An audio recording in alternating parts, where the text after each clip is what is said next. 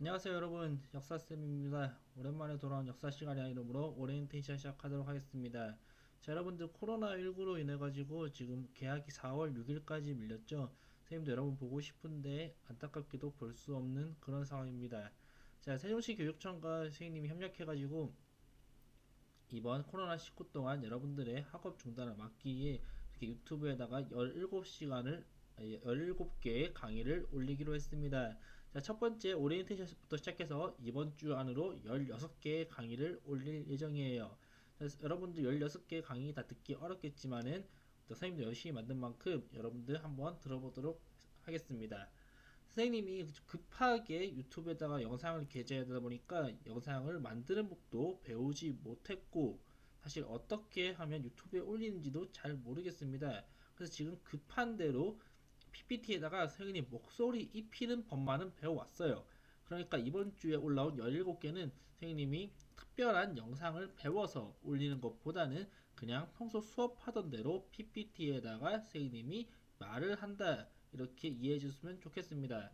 자, 일반 유튜브 구독자들 같은 경우에는 어쩌다가 제 영상을 보러 올지 모르겠는데 이 영상은 세종시 한솔중학교 3학년 역사 수업을 듣는 학생들을 위한 걸 알려주고요. 그러니까 이 사람 영상 못 만든다, 재미없네, 이런 말은 좀 안 했으면 좋겠습니다. 자, 궁금한 거는 댓글에다 달던가 선생님 개인 폰으로 달면 되겠습니다. 그러면 오리엔테이션 본격적으로 시작해 보도록 할게요. 자, 오늘 오리엔테이션은 크게 세 단계로 이루어지도록 하겠습니다. 첫 번째는 역사라는 과목에 대해서 작년에도 소개했지만 올해도 간단하게 다시 한번 소개해 보도록 하고요. 두 번째, 올해 수업이 어떻게 진도가 될 것인지, 나갈 것인지 안내하도록 하겠습니다. 마지막 세 번째, 이번 평가 계획을 안내하면서 여러분들과 1년 어떻게 놀 것인지 안내하도록 할게요. 자, 먼저 과목 봅시다. 역사를 왜 배울까요? 이유는 크게 세 가지로 나누도록 하겠습니다. 첫 번째는 우리의 정체성 파악이에요. 흔히 우리를 한민족이라고 부르죠. 자, 그럼 여기서 한이 무엇을 의미하는지, 우리는 왜 한민족이라 부르는지 알 필요가 있습니다. 나아가서 우리가 어디서 왔냐, 우리는 왜 이런 언어를 갖추었냐를 아는 게 우리가 역사를 배우는 첫 번째 이유다라고 할 수 있겠고요. 자, 두 번째, 교훈의 획득입니다.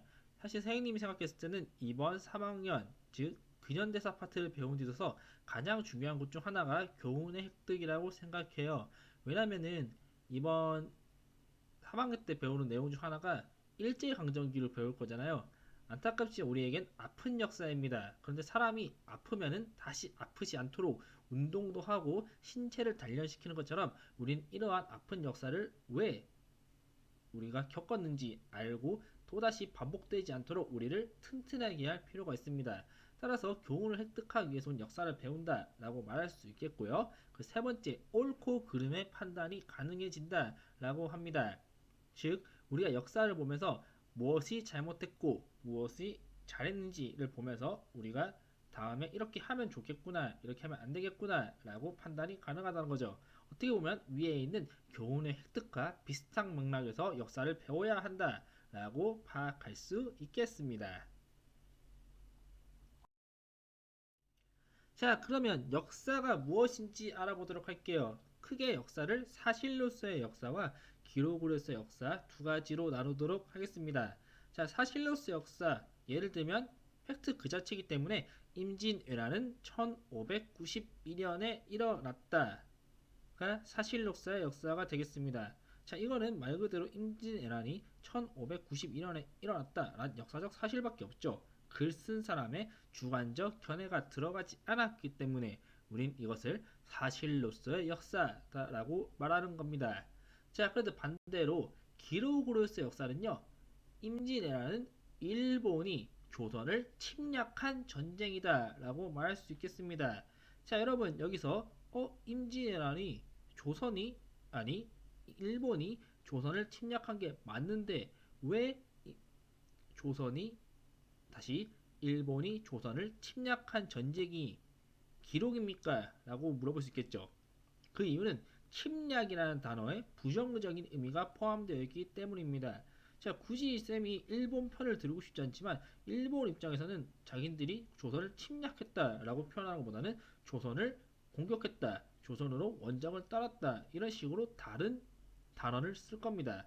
따라서 선생님이 방금 말한 임진왜란은 일본이 조선을 침략한 전쟁이다. 이것은 기록으로서의 역사다라고 말할 수 있겠어요. 즉 일본과 조선의 기록이 다르기 때문이죠. 자, 이렇게 간단하게 역사에 대해서 알아봤습니다. 자, 그러면 선생님이 올해, 즉 이번 특히 한 학기 동안 어떻게 역사를 수업하고 어떻게 여러분들과 함께 시험을 쳐야 되는지를 고민했어요. 자, 이 가로수에 들어간 거는 이번 방학 동안 선생님이 가장 고민했던 겁니다. 자, 첫 번째 가로수에 들어갈 단어는 무엇일까요? 어떻게 하면 역사를 땡땡답게 땡땡 할 수 있을까? 그 첫 번째 단어는요, 역사답게입니다. 그 두 번째는 수업할 수 있을까? 라고 할 수 있겠어요. 자, 뭔 소리라면 선생님이 요즘 들어와서 전화로 학부모 상담도 많이 하고 있는데요. 여러분들이 작년에 선생님한테 해줬던 말도 있고 이번에 학부모님께서도 저한테 많이 하는 말이 역사는 암기잖아요. 근데 외울 거 너무 많아서 너무 힘들어요 라고 말합니다. 자, 작년에 선생님 수업을 들어본 학생은 알겠지만 선생님은 역사는 암기가 아니고 이해하는 거다라고 항상 말했어요.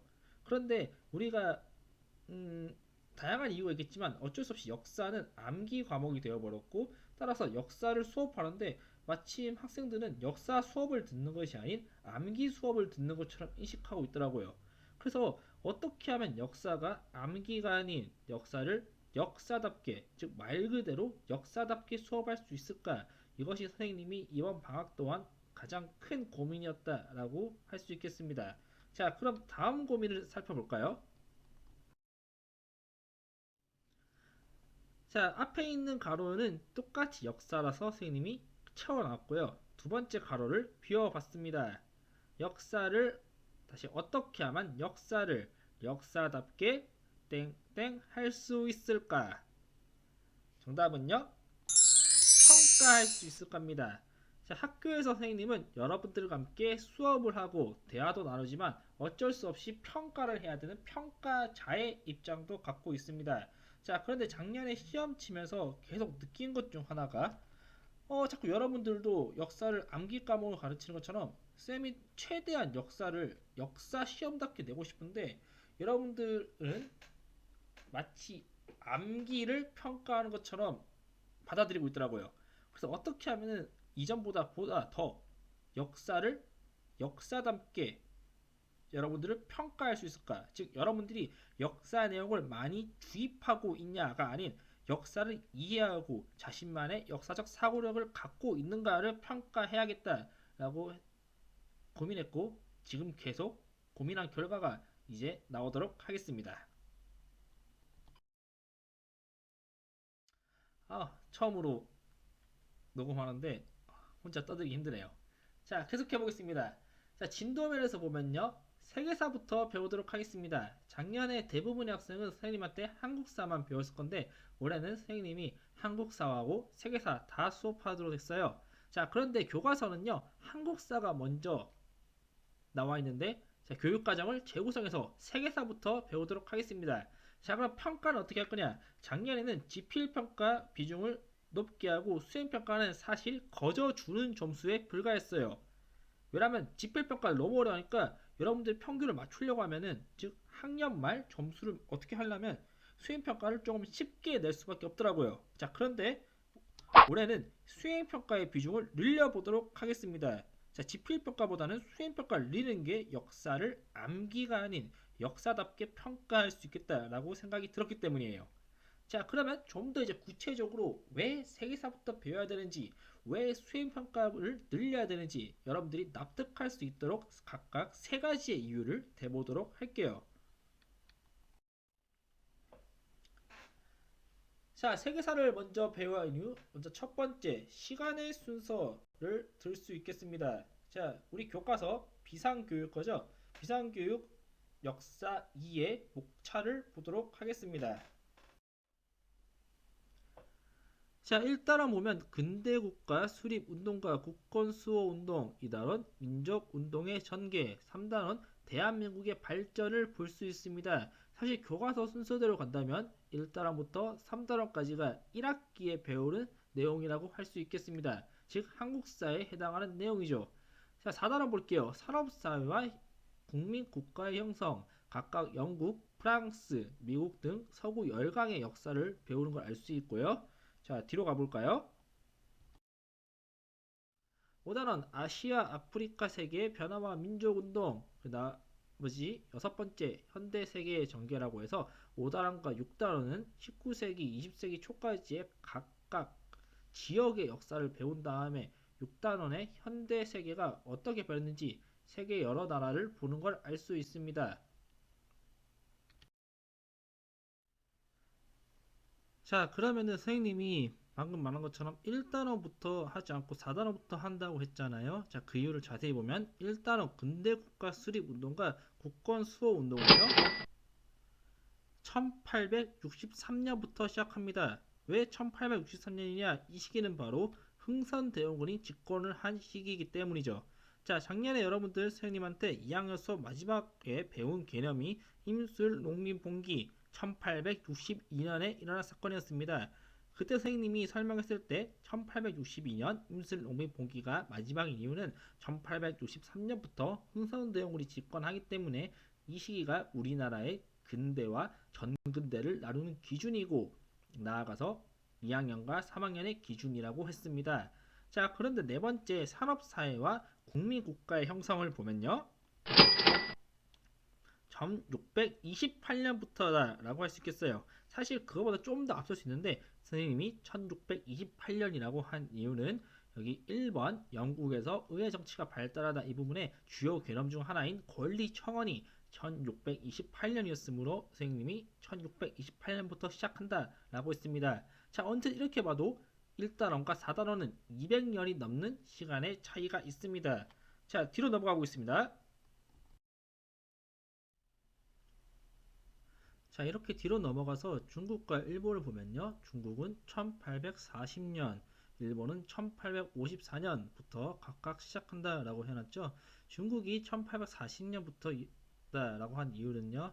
영국이 중국을 쳐들어간 아편 전쟁이 1840년부터 일어났기 때문에 그리고 일본이 미국에게 개항당한 시기가 1854년경이기 때문에 이렇게 시작해놨습니다.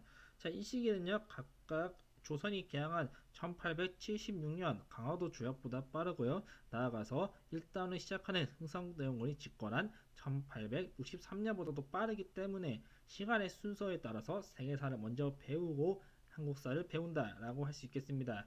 자, 조금 더 첨언을 하면요. 안타깝게도 인도와 동남아시아의 근대화 운동, 서아시아와 아프리카의 근대화 운동은요. 아마 다루지 못할 확률이 클 것 같습니다. 아무래도 이번에 수행평가 비중을 늘리면서 진도를 나가는 것보다 평가에 대한 시간을 많이 차지해야 되는데 안 그래도 시간이 빠듯한데 평가를 많이 하다 보니까 이 부분 수업하기 힘들 것 같고요. 나아가서 지금 4월 6일로 개학이 밀리면서 수업도 줄어들 가능성이 있잖아요. 일수가 줄어들었으니까요. 자, 그러다 보니까 현실적인 의미에서 동남아시아, 인도, 서아시아, 아프리카는 배우기 힘들 가능성이 큽니다. 만약에 시간이 된다면 다루도록 하고 혹시나 2학기에 시간이 정말 되면 그때 다루도록 하겠습니다. 어쨌든 1학기 때는 아마 못 다룰 것 같기는 해요. 자, 세계사를 먼저 배워야 하는 이유 두 번째, 서로 다른 지역 간의 연계가 점점 더 심해지기 때문에 우리는 세계사를 먼저 배워야 됩니다. 자, 작년에 봤던 지도죠. 혼일강리 역대 국도지도 1402년 태종 때 만들어진 거라고 했습니다. 자, 시간이 지나서 이 세계관이 깨집니다. 왜냐? 희망봉을 돌아 새롭게 인도항로를 개척한 바스코 다가마, 서인도 제도, 즉 오늘날의 아메리카노를 발견한 크리스토퍼 콜럼버스, 그리고 전 세계에서 최초로 지구를 한 바퀴 돈 페르난도 마젤란이 있기 때문입니다. 자, 이 사람들의 활약으로 인해서 지도가 이런 식으로 바뀌죠. 고려만국천도가 나타납니다. 자, 앞선 지도와 달리 아메리카가 있는 걸 알 수 있는 거죠.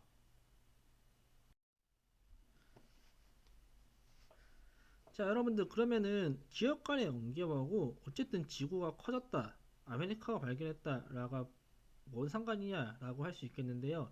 자, 여러분들 이제 2학 3학년 때 영국 처음 배우면은 산업혁명에 대해서도 배울 거예요. 자, 산업혁명이 발전하고 자본주의가 발전합니다. 자본주의 사회는요, 돈을 찍어내기 위해서 돈을 써야 돼요. 자, 그런데 자본주의가 너무 발전하다 보니까 이 자본주의가 발전한 몇몇의 국가, 즉 이러한 서구 열강들이요, 자기 나라에서 돈을 다 못 쓰는 거예요. 그러다 보니까 이 자본들을 해결하기 위해서 식민지를 개척합니다. 그중 한 나라인 미국이 일본을 개항시키고요. 자, 일본도 청일전쟁, 러인전쟁 이후로 발전해서 제국주의 국가가 되면서 대한민국, 즉 당시의 조선을 식민지 국가로 삼습니다. 자, 우리는 이렇게 서구 열강들이 어떻게 발전해왔고, 자, 이러한 열강 중 하나인 미국이 일본을 개항시키고 일본이 조선을 개항시키는 지역의 세계를 볼 수 있겠어요. 즉 이러한 발전들이 모든 지역이 다 연결되어 있기 때문에 선생님은 세계사를 먼저 배워서 이 지역과 연계를 좀 더 잘 이해해보자 라고 하는 겁니다. 자, 여러분 만약에 이런 지역 간의 연계가 필요 없다면 우린 이 사람 누군지 알죠? 미국의 트럼프 대통령. 그리고 이 사람 요즘 마스크 끼고 다녀야죠. 이 사람 때문에. 이 사람 때문에 해야 되나요? 어쨌든 중국의 시진핑 주석. 그리고 마지막 일본의 아베 총리. 욕할 뻔한 거 겨우 참았습니다. 어쨌든 이런 사람들 뭐더 많겠죠. 러시아의 푸틴, 그리고 일본의 김정은, 이런 사람들이 뭐라고 하든 뭐라고 나대든 상관없겠죠. 그렇지만 우리는 이 사람들의 한마디 한마디에 주목해야 됩니다. 왜냐하면 현재 전 세계는 지역이 연계되어 있고 이 사람 한마디가 우리에게도 영향을 미칠 수 있기 때문에 우리는 이 지역 간 연계에 주목할 필요가 있겠습니다. 따라서 이렇게 4단원 산업사회와 국민국가의 형성을 먼저 배운 다음에요. 중국의 개항과 근대화운동, 일본의 개항과 근대화까지 배운 다음에 조선이 어떻게 개항을 했는지 배워보는 시간 갖도록 하겠습니다. 아마 일제강점기에는 1학기 때 못 배우고 2학기 때 배우는 것으로 해야 될 것 같네요. 자, 그럼 마지막 이유입니다. 사실 이것이 가장 중요한 이유다라고 할 수 있겠는데요. 우리가 한국사를 더 잘 이해하기 위해서 세계사부터 배운다라고 하겠어요. 자, 앞서 두 가지 이유로 어느 정도 납득이 갈 것 같은데요. 자, 그래서 간단하게 그림 두 가지만 가져와 봤습니다. 첫 번째는요, 위에 있는 사진은요, 영국이고요. 밑에 있는 그림은 조선 사회네요. 자, 똑같은 19세기 사회입니다. 석자는 위에는 산업사회, 밑에는 농경사회이기 때문에 확실히 영국이 더 발전되었다라고 볼 수 있겠지만요. 어쨌든 이 두 사진에는 공통점이 있겠어요. 자, 위에 영국 같은 경우에는 노동자들이 자본가에 의해 지배당하는 사회, 밑에는 소작농들이 지주에 의해서 지배당하는 사회다라고 할 수 있겠습니다. 자, 영국이 사실 뭐 산업적으로 발전된 건 맞지만 사실 영국이나 조선이나 이 당시에 피지배계층들이 힘든 건 똑같았습니다. 특히 영국 같은 경우에는 당시 노동자에 대한 인권이 거의 갖춰지지 않았다고 해요. 대표적으로 아동들만 해도 당시에 9살도 안 되는 애기들이 공장에서 16시간을 일했다고 하더라고요.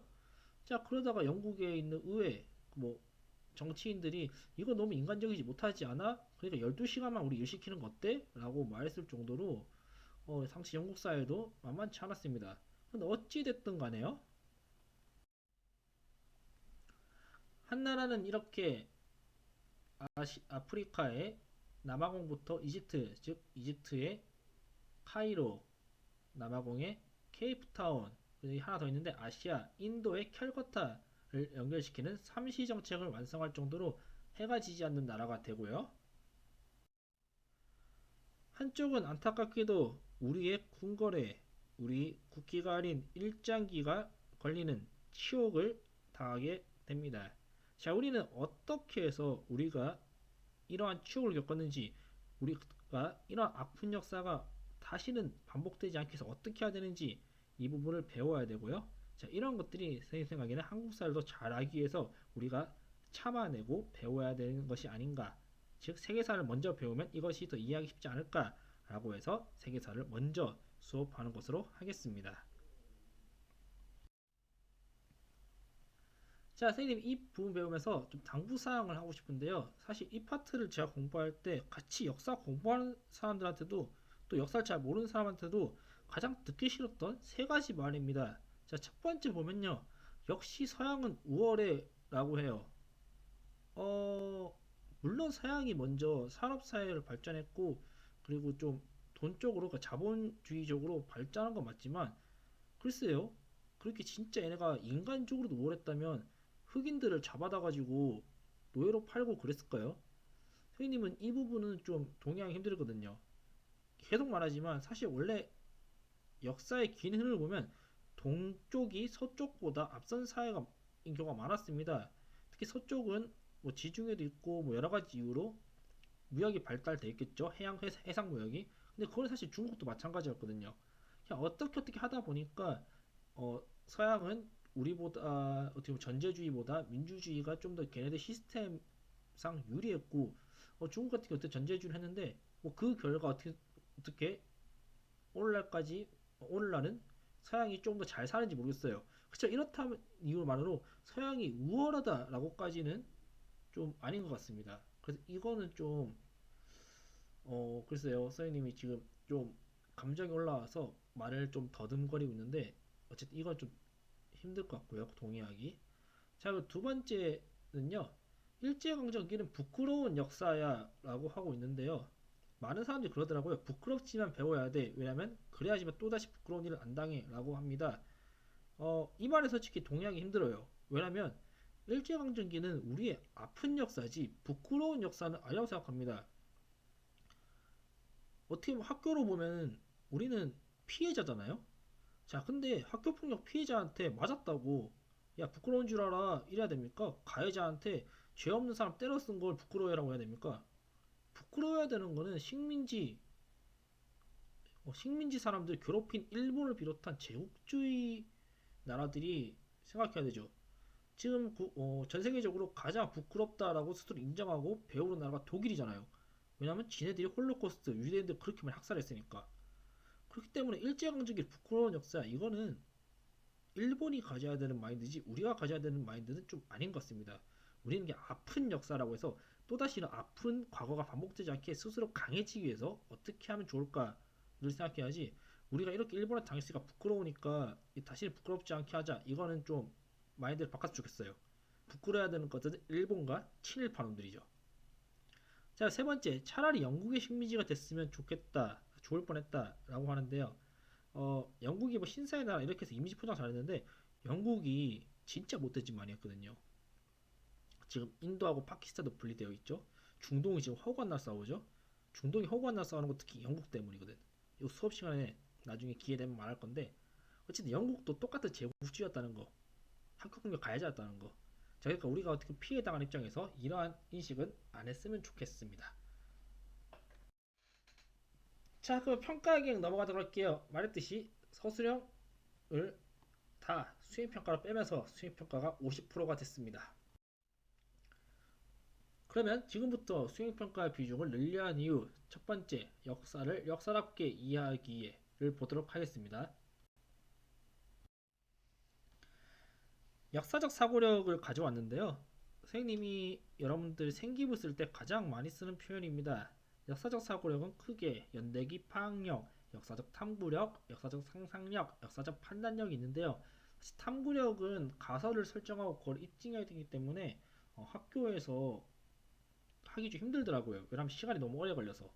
자, 그래서 연대기 파악력, 역사적 상상력, 역사적 판단력을 각각 한 번씩 평가 요소 삼아가지고 이것들을 파악하는 걸 수행평가에 해보자고 합니다. 다 서술형으로 해서요. 자, 그러면은 이 연대기를 파악하고 역사적 상상력을 발휘하고 여러분들이 마지막으로 판단을 거치면 역사를 암기라는 과목보다는 역사를 안다. 즉 역사를 암기한다가 아닌 역사를 역사답게 이해했다. 이 점을 더 잘 평가할 수 있지 않을까 해서 이런 식으로 해보도록 하겠습니다. 두 번째 이유 보겠습니다. 나중에 써먹을 수 있는 것을 하자라고 생각을 했어요. 즉 여러분들 지금 시험에서 객관식과 서술형이 있는데, 자 객관식은 뭐 수능 때 물론 찍는 거 필요하죠. 서술형은 나중에 여러분들이 살아가면서 자기소개서나 이런 것들 많이 써야 돼요. 즉 이렇게 이력서 쓰고 자기소개서 쓰면서 여러분들이 나중에 취업할 때 필요한데, 자 선생님이 GPL 평가에서 서술형을 넣다 보니까 여러분들이 어 서술형 많이 써봤자 5줄? 보통 한두 줄 쓰죠. 저희 한두 줄 쓰다 보니까 여러분들 수업 막바지에 항상 여러분들한테 역사일기 쓰기, 역사신문 작성하기, 또는 가상의 뭐 인터뷰하기, 문화재 홍보하기 같은 거에서 역사적 사고력을 높여주려고 해도 여러분들이 이게 평가가 아니라고 생각해서 그런지 몰라도 솔직히 열심히 안 쓰죠. 시험 때 그리고 몇 줄 쓰죠. 이것이 과연 여러분들 인생에 얼마나 도움이 될까를 고민해봤습니다. 그래서 아예 그냥 수행평가를 서술형으로 빼서 좀 길게 글쓰기 연습하는 게 여러분들이 나중에 더 도움이 되지 않을까 해서 그런 판단을 내렸습니다. 특히나 요즘 4차 산업혁명, 4차 산업혁명 이런 말 많이 하는데 사실 쌤도 4차 산업혁명이 뭔지 잘 모르겠어요. 근데 쌤이 지금 여러분들을 평가하는 방식은 3차 산업혁명에도 못 따라가는 게 아닌가라는 생각이 들더라고요. 그래서 이번에 서술형 평가 30% 하면서 또 다르게 과제 수행 평가라는 것도 할 건데, 그때 여러분들이 직접 스마트패드나 그리고 휴대폰 같은 걸로 검색해서 정보를 찾는 것도 해보는 게 어떻겠나 라고 생각을 하고 있습니다. 물론 그러려면 수업 시간에 이런 것도 몇 번 해봐야겠죠. 자, 그리고 세 번째 이유 볼게요. 지필평가 객관식 100%를 위해서도 서술형을 수행평가로 다 빼는 것도 있습니다. 자, 지필평가 객관식 100% 이것도 좀 더 세부적으로 보면요. 자, 첫 번째, 단순 암기 위주의 서술형을 탈피하고 합니다. 아까 말했듯이 고작 한두 줄, 많이 적으면 5줄 적는 것보다는 여러분들이 약 500자 정도로 해서 적는 게 여러분들 역사적 사고력을 발달시켜서 암기의 역사가 아닌 정말 역사의 역사를 평가할 수 있을 것 같다라고 생각했기 때문에 객관식 100%를 하고자 하고요. 두 번째, 객관식 문제 수준을 좀 더 업그레이드 하려고 합니다. 자, 여러분들 지금도 어려운데 뭔 소리예요 쌤 할 수도 있지만, 여러분들 작년 객관식 평균이 50점 만점에 39점이 나왔어요. 훌륭합니다. 이 정도면은. 근데 왜 그랬냐면 여러분들이 서술형을 너무 쓰기 싫어하는 것 같아요. 어려워하는 것도 있고, 어, 어떤 학생들은 객관식은 어떻게 차라리 한두 문제라도 풀던가 아니면 찍기라도 하는데 서술형은 아무리 쉽긴 해도 아예 문제를 안 보더라고요. 그러다 보니까 여러분들 역사 평균 70점을 위해서라도 선생님이 객관식을 쉽게 낼 수밖에 없었어요.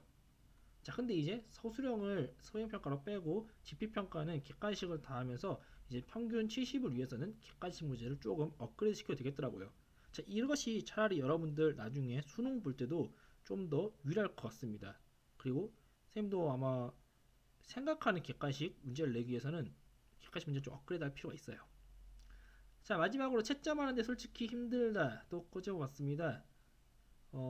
솔직히 지필평가 끝나고 채점하는데 선생님 지필평가 서술형이 크게 얻을 문제, 그것도 한두 개 쪼개니까 열 몇 개 됐잖아요. 물론 다른 쌤들이 저한테 서술형 세 번에 나눠서 치면 그것도 채점하기 힘들지 않아? 라고 하긴 하는데 어, 사실 잘 모르겠거든요. 근데 어쨌든 한번 해보려고요. 저도 시험 끝나고 OMR 쪽 돌리고 싶기도 합니다. 자, 이걸로 끝입니다. 질문 사항 있으면은 밑에 댓글이나 아니면 선생님 개인 폰으로 연락하시면 되고요. 아마 한솔중학교 학생 아니고 그냥 본 유튜버들은 없을 것 같아요. 혹시나 만약에 한두 분이라도 역사를 굉장히 좋아하시는 분들이 이걸 봤다면은 제가 설명한 거에서 오류나 아니면 학생들을 가르치는 데 있어서 또는 학생들을 평가하는 데 있어서 더 좋은 방법이 있다면 언제든지 댓글로 공유해 주시면 감사하겠습니다. 자, 이걸로 마치고 다음 시간에는요, 그러면 진짜 진도를 나가보도록 할게요. 자, PPT를 준비해서 지금처럼 똑같이 목소리 풀 건데, 어쨌든 유튜브고 여러분들 학습지도 오고 할 거니까 글이 많은 평상시 수업보다는 아마 그림 위주로 수업을 준비할 것 같습니다. 그럼 진짜 여기서 안녕 하도록 할게요. 다음 시간에 봅시다.